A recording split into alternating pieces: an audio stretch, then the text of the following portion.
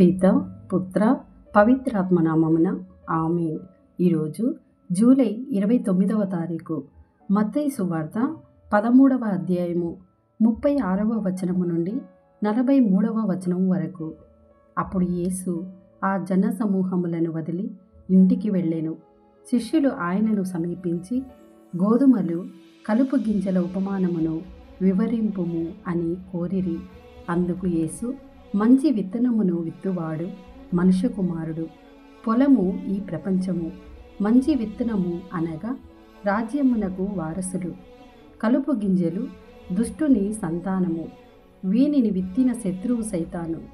పంటకాలము, అంత్యకాలము, కోతగాండ్రు, దేవదూతలు, కలుపు మొక్కలు ఎట్లు ప్రోగు చేయబడి అగ్నిలో వేయబడునో అట్లే అంత్యకాలమందును జరుగును. మనుష్య కుమారుడు తన దూతలను పంపును. వారు ఆయన రాజ్యము నుండి పాపభూయిష్టములైన ఆటంకములను అన్నింటినీ, దుష్టులను అందరను ప్రోగు చేసి అగ్నిగుండములో పడద్రోయుదురు. అచట వారు ఏడ్చుచు పండ్లు కొరుకుకొందురు. అప్పుడు నీతిమంతులు తమ తండ్రి రాజ్యములో సూర్యుని వలె ప్రకాశింతురు. వినులున్నవాడు వినుగాక. ఇది ప్రభుని వాక్కు. సర్వేశ్వరునికి వందనములు. పిత పుత్ర పవిత్రాత్మనామమున ఆమేన్. ప్రభువా, ఈ వాక్యాన్ని వింటున్న ప్రతి కుటుంబాన్ని ఆశీర్వదించండి.